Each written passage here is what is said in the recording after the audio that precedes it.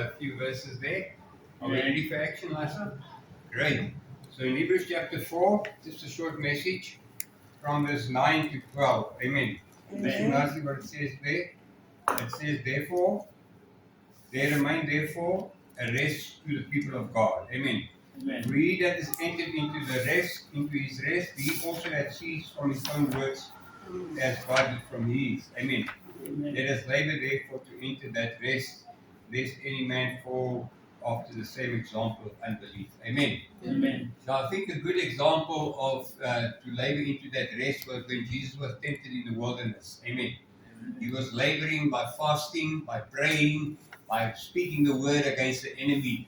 But then he overcame and he entered that rest and he didn't have to go through it again. Amen. Amen. Hallelujah. So there's a rest for the people of God that we can enter into. It's a place basically that I can call a place that is blessed. Amen. If you're in that place, you are blessed. Whatever you touch is blessed. Whatever you do is blessed. Amen. Amen. Wherever you go, you're protected, for example. Amen. Amen. So, as believers, it says, let us. So, it speaks of the body of Christ. It speaks of the church. It speaks of us. Amen. Amen. So, number one, let us fear that we miss out on entering into that place of blessing. Amen. So, in other words, we have to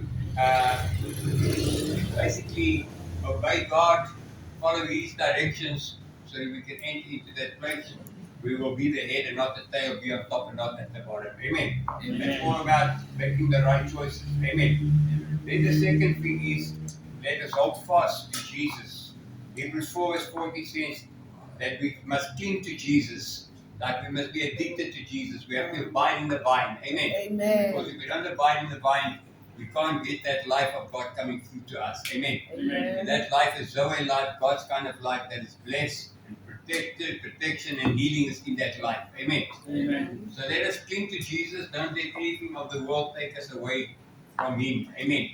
We know Paul says some people have loved the world and they went back into the world. Amen. So we won't go back, forward, ever, backward, never. We are addicted to Jesus. I can't live without Jesus. Amen. For Amen. me to live is Christ, to die is gain. Amen.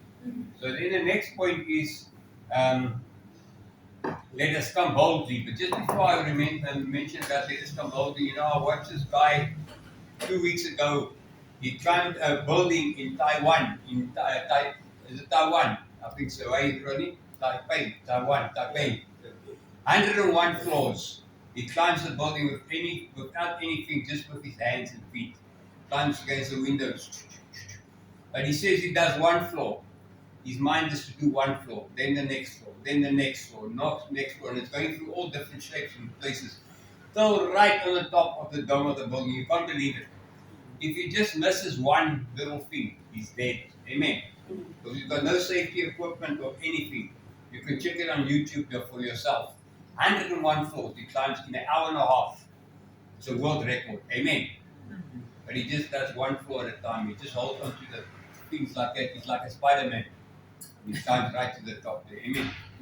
So our Christian walk is like that, just one day at a time. One day at a time. Meeting the devil every day in Jesus' name. Amen. Amen. Until we come to that place where we are seated with Christ in heavenly places. We're already seated there, and we need to just appropriate it by faith. Amen. Amen. Then it says, let's come boldly to the throne of grace. Hebrews 4 verse 16. Let us, the body of Christ.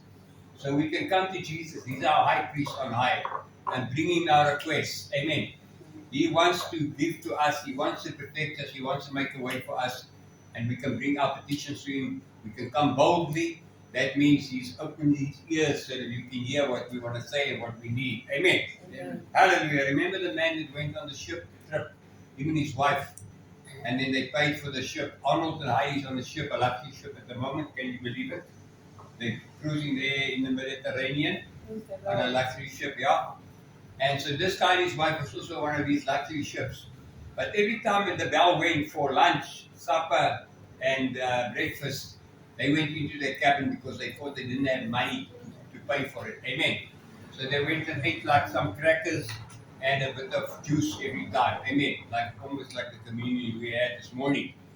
But when the trip was over after 2 weeks, as they got off the ship, the captain stood there by the gangplank greeting all the people and thanking them for coming on the on the trip. Amen. When he saw the scaffold, he said, my friend, I can't remember seeing you and your wife coming for breakfast, lunch, and supper. Where were you guys? He said, you know what? It's embarrassing. I didn't have money. I didn't have enough money. The guy said, give me your ticket. He said, didn't you read on this ticket? It says here at the back, all your meals are paid for 2 weeks. And you sat there in your room eating crackers and drinking water. Amen. Why didn't you read what it all involves to be on this ship? Amen. So the same. This contract that we have with heaven is in this book. Amen. And you need to read this book to realize what you have in Christ. Amen. Amen. All the good things of God is in this life that we have in Christ. Amen. The Bible says every promise of God is yea and amen in Christ. Amen. So whatever we go through in life, we can call upon God and upon His word for whatever we need. If we're sick, we can call for healing. If we're broke, we can call for finances, whatever it may be, for protection, etc., etc. Amen. Amen. Hallelujah. Then it says, carries on, it says, let us draw near. Hebrews 10 verse 22. Every step we take closer to God, He takes 2 steps towards us. Amen.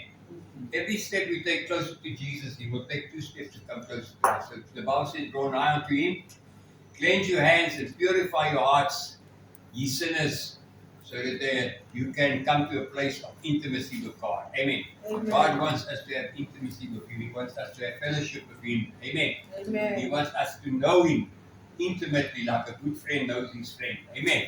Like a husband knows his wife. Amen. Amen. Hallelujah. So you and I must become God chasers. We must go after God. Amen. He came after us through Christ, but we also have to do our part and go after Him. Amen. Draw nigh unto Him. He will draw nigh unto us. Hallelujah. Hallelujah. Amen. Praise God. Praise God. Amen. Then the next point is let us lay aside the sin that so easily entangles us. Amen.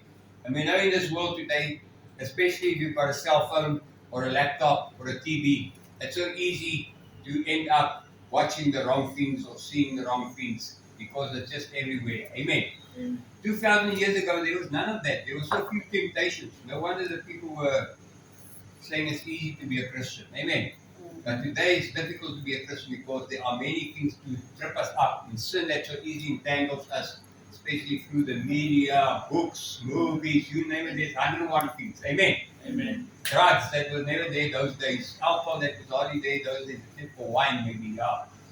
But let us just persevere.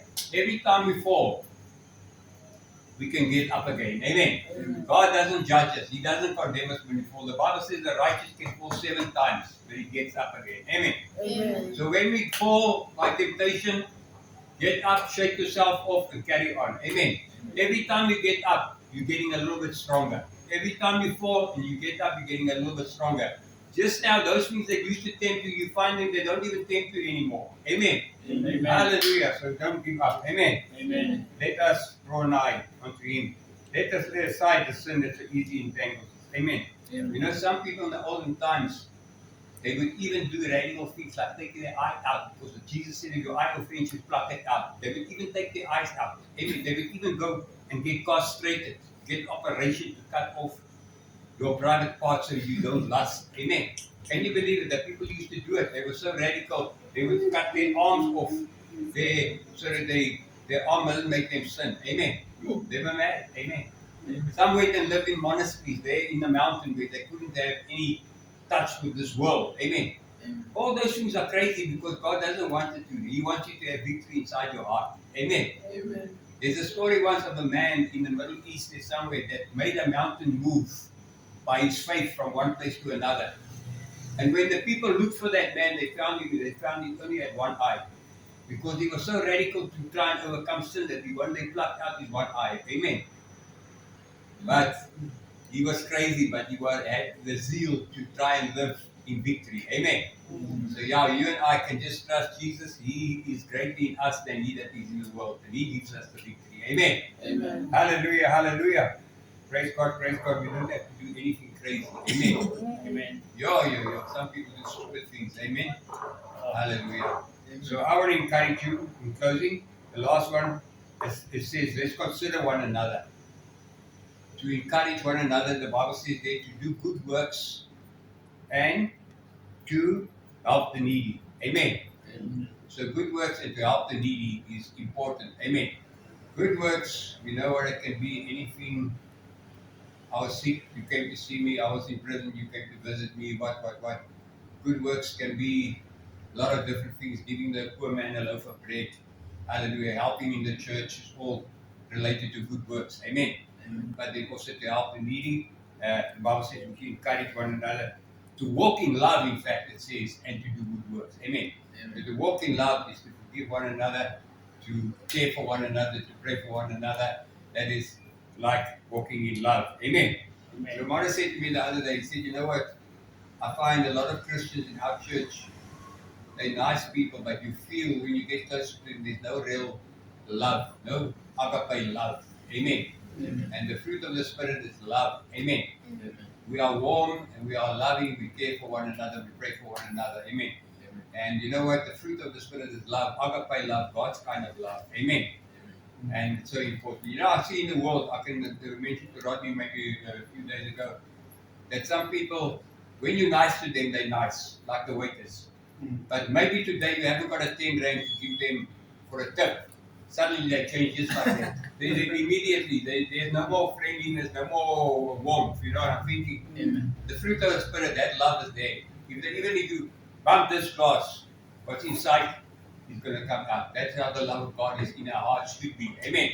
But the people in the world, obviously, they haven't got that love because they haven't got the Holy Spirit. Amen. We need God's Spirit to have that love in our lives. Amen. Amen. So we should encourage one another to walk in love and in good works. Amen. Amen. Especially as you see the day coming closer, the day of His coming. Amen. Amen. You know, there's now new dates. They put now new dates for the rapture. Amen. So we're not going to go to dates anymore, but we're going to be ready any day and every day. Amen. Amen. Psalm 143 verse 1 says, God commands a blessing where brothers dwell together in unity. Amen. Amen. And let us, where we live together and dwell together in unity, God commands a blessing upon all of us. Amen. And I'm so glad I belong to God's family. It's the greatest family in the whole world. Amen. Amen. You know, you are your brother's keeper, the Bible says. Amen. Jesus said, I give you a new commandment, that you love one another as I have loved you. Amen. We know the way He loved us. He gave His life for us. Amen. So, in closing, remember, it's the Tower of Babel because they were in one accord, in one place. The Bible says now nothing will be impossible for them. Amen. And if we as a church are in one accord, in one place, nothing will be impossible for us. Amen. If we pray to God to make a way, He will make a way. If we pray to God to bless us, He will bless us. Amen. And we pray for the world of South Africa that they will be saved. Amen. And God will pour His Spirit out upon the politicians, upon the people in the world there that often don't want to hear about Him. Amen. Amen. Hallelujah. So in closing, the Bible says, let us. 6, 7 times, in fact 11 times in Hebrews it says, let us, those words, let us. There are nowhere else in any of the other books, but in Hebrews 11 times, let us, amen. Us, the body of Christ, amen. Can you say amen and amen? Hallelujah. Amen. Thank you, Lord. Hallelujah. Thank you, Father, this morning for your word. The word says, let us draw nigh unto you. And we want to draw nigh unto you as a group and the body of Christ here in Norwood, Lord. Because as we draw nigh unto you, we will be blessed, we will be favored, we will prosper, we will be the head and not the tail. Amen. And Father, bless your people today in Jesus' name. I pray just for the sake of the TV. If you have never opened your heart for Jesus, He loves you, He died for you. Right now, just say this simple prayer. Say, Lord Jesus, forgive my sin. Wash me in your blood. Come into my life and save my soul. I know you are alive and well, Lord. I know you died for me. You rose again so that I can be forgiven, so that I can have everlasting life. In Jesus' name, amen. If you're sick, we pray for you right now that you will be healed. By His stripes you have been healed. Believe it and receive it in Jesus' name. From the top of your head to the bottom of your feet, be healed in Jesus' name. And all God's people said amen and amen. Hallelujah, hallelujah. God bless. Thank you.